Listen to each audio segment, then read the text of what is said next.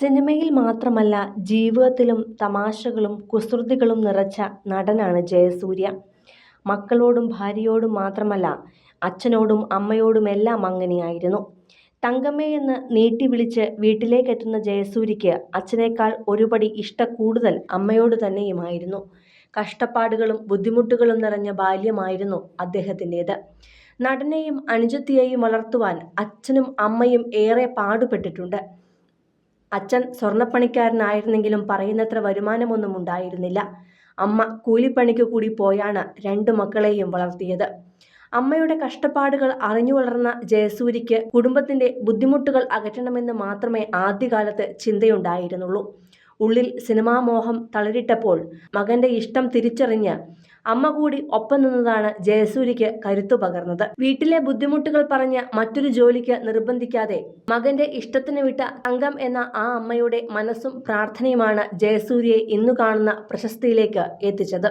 എങ്കിലും മകന്റെ പ്രശസ്തിയുടെ ചുവട് പിടിക്കുവാൻ ഒരിക്കൽ പോലും ഈ അമ്മയോ അച്ഛനോ സഹോദരിയോ വന്നിരുന്നില്ല.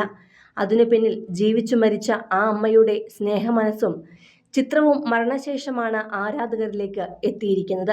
കഷ്ടപ്പാടുകൾക്കൊടുവിൽ ജീവിതം വിജയിപ്പിച്ചെടുത്ത ജയസൂര്യ കുട്ടിക്കാലത്ത് ജയൻ മരട് എന്നായിരുന്നു അറിയപ്പെട്ടിരുന്നത്. എറണാകുളം ജില്ലയിലെ തൃപ്പൂണിത്തുറയിലെ മരട് സ്വദേശിയായ ജയസൂര്യ അവിടെയുള്ള സാധാരണ കുടുംബത്തിലായിരുന്നു ജനിച്ചത്. മണിയുടെയും തങ്കത്തിൻ്റെയും മൂത്ത മകൻ. തട്ടാർ സമുദായത്തിൽപ്പെട്ട അച്ഛൻ്റെ കുടുംബം പരമ്പരാഗതമായി സ്വർണ്ണപ്പണിക്കാരായിരുന്നു. അതുകൊണ്ട് തന്നെ ആ ജോലി അച്ഛനും ഏറ്റെടുത്തു. അമ്മ തങ്കം ഒരു സാധു സ്ത്രീയും. കൂലിപ്പണിയും മറ്റുമെടുത്ത് മക്കളെ പോറ്റിയിരുന്ന അമ്മ. ജയസൂര്യയ്ക്ക് ഒരു സഹോദരിയും ഉണ്ടായിരുന്നു. ജയൻ മരട് എന്നായിരുന്നു ജയസൂര്യയുടെ ആദ്യത്തെ പേര്. Chambakkara saint George UP school, Thrippunithura government സംസ്കൃത ഹൈസ്കൂൾ എന്നിവിടങ്ങളിലായിരുന്നു പഠിച്ചതെല്ലാം. എറണാകുളം ഓൾ സയൻസ് കോളേജിൽ നിന്ന് ബിരുദ പഠനം പൂർത്തിയാക്കിയ ശേഷം ജയസൂര്യ കോട്ടയം നസീറിന്റെ കൊച്ചിൻ ഡിസ്കവറി എന്ന മിമിക്രി ട്രൂപ്പിൽ ചേരുകയായിരുന്നു. ഈ കാലത്ത് സിനിമയായിരുന്നു ജയസൂര്യയുടെ ജീവൻ. അതിൽ കയറിപ്പറ്റുക എന്നത് മാത്രമായിരുന്നു സ്വപ്നം. അങ്ങനെ നിരവധി പരിപാടികളിൽ അവതാരകനുമായി എത്തി.